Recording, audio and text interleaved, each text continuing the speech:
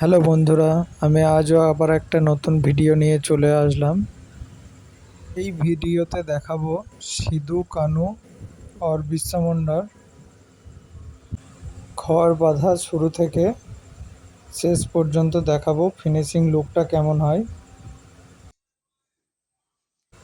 তিনটে ফিগারের মধ্যে একটাই মাটি চাপানো হয়েছে, বাকি দুটো খড়ের উপর প্লাস্টার প্যারিস করা রয়েছে। এই যে তিনটে ফিগার একই টেক্সচারে,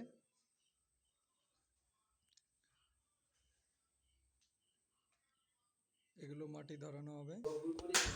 খড়ের উপর প্লাস্টার প্যারিস ধরানো হয়েছে, তার উপরে এই যে মাটি চাপানো হচ্ছে। প্রথম বলেছি তো কারখানাটা বন্ধ করে দেওয়া, ওখানে কারখানাটা যদি না বন্ধ করতিস অনেক কাজ কারখানা, ফাইবারের কাজ, সিমেন্টের কাজ অনেক করতে। আর ওখানে সেরকম কেউ নেই, না কেউ নেই সিমেন্টের ফাইবারের কাজ কেউ নেই, একটাও নেই।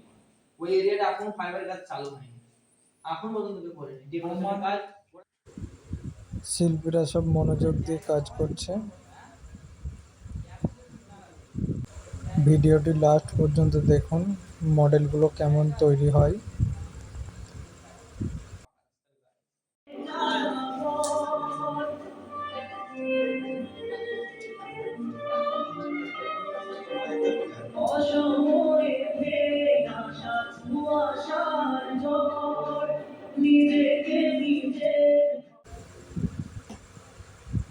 এই যে ভাগ ভাগ মুখের উপর যে দাগগুলি কাটা আছে,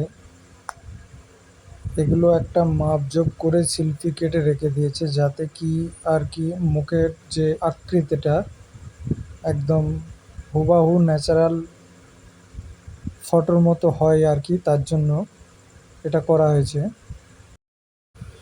মুখটা জমানো হয়ে গেছে, প্রায় কিছু অংশ বাকি রয়েছে। মুখটা কেমন হয়েছে বলবে সবাই কমেন্টে। যদিও আমার গলার ভয়েসটা একটু বসে গেছে, তার জন্য কথাটা বলতে পারছি না। ফটোর সাথে ন্যাচারালি মুখটা মিলেছে কিনা দেখুন। এইরকম আরও ভিডিও দেখার জন্য আমার এই পেজটিকে ফলো করুন, পাশে থাকুন। কমেন্ট করে বলুন যে ভিডিওটি কেমন হয়েছে আর ফেসটা কেমন লাগছে, যে ফটোর সাথে ন্যাচারাল আছে কিনা। এখান দিয়ে দাও, হাত বরাবর ফাটিয়ে দাও, ঠিক আছে? হাতের এখান